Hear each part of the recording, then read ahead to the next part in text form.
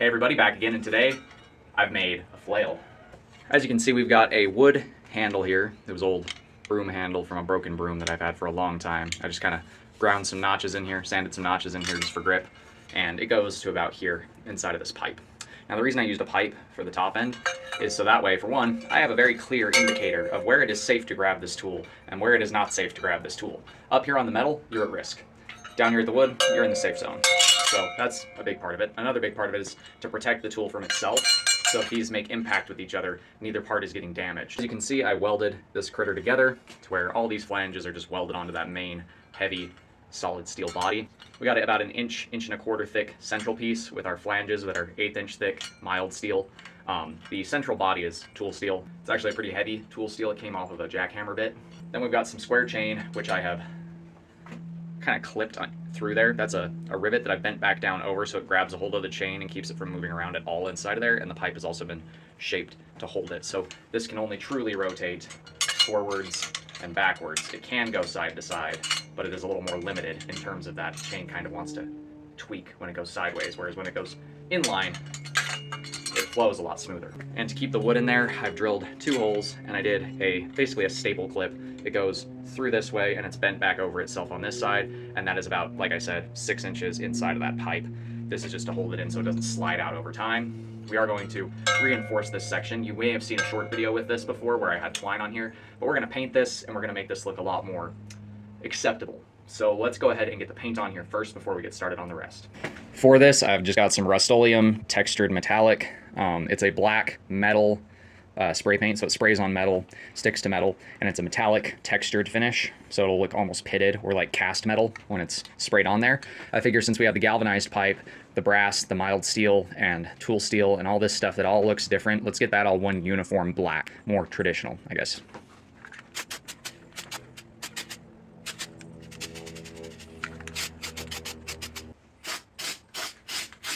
Okay, so now we've got our one side painted, and now we're just gonna wait until this side dries. That way we can flip it over, paint the spots we've missed on the other side, and then we'll move forward with the rest of the build. Let's hit the other side.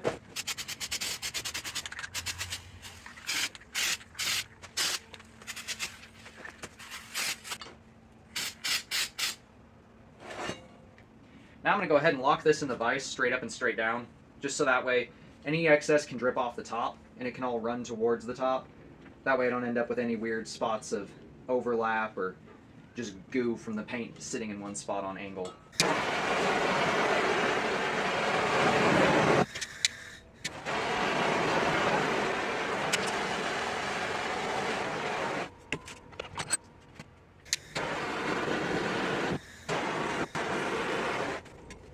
So my camera decided it didn't want to record, but I got the handle on this all finished up. I actually wrapped with some twine and leather these couple spots and then burnt the handle. So it's a hardened wood, burnt wood handle. And the paint is still kind of drying, but you can kind of see what we're getting here with this painted look, almost like a cast iron look, pot metal kind of look. So it looks more old, more rugged, let's say, and all of the metal parts are the same color, so it blends really well and reflects the same. As the paint finishes drying, that should turn to more of a matte and less of a shiny gloss kind of color.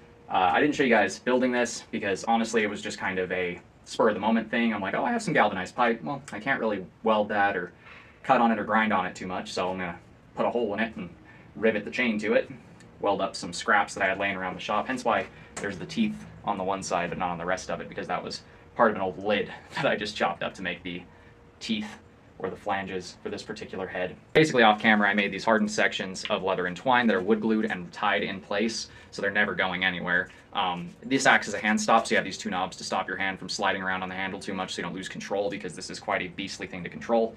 And then we have this big old upper bolster which acts as a kind of warning area, do not pass, do not collect broken knuckles kind of deal. Your hand's safe as long as it's below the top of that wrap, because the chain will keep it from bouncing back at you. So it allows you to wield it as a 2-handed maul, or if you're strong enough, wield it as a 1-handed maul. But yeah, not bad for a spur of the moment deal.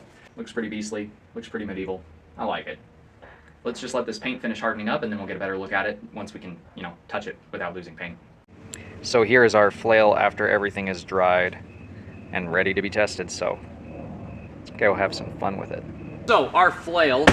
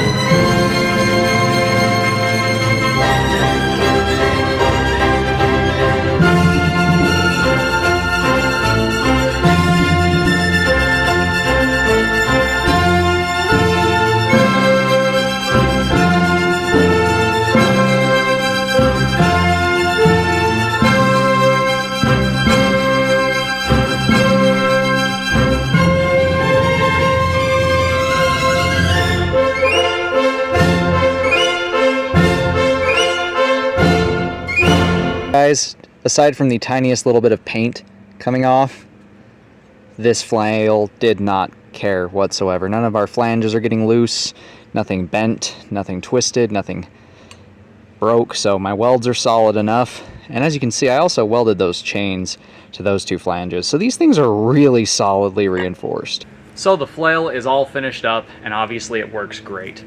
I hope you guys enjoyed the video. If you did, do me a favor, do that thing right there. And until next time, God bless, stay sharp out there. If you're looking for a custom sharp object, impact tool, and other things, check out my Etsy store. The link will be at the end of the video. I could see why these things were so scary back in the day. I mean, having something come at you like this is just flat out terrifying. And not to mention the fact that if you try to block this with your sword, it's so heavy, and the momentum from that chain is going to grab your sword, and you won't have a sword anymore.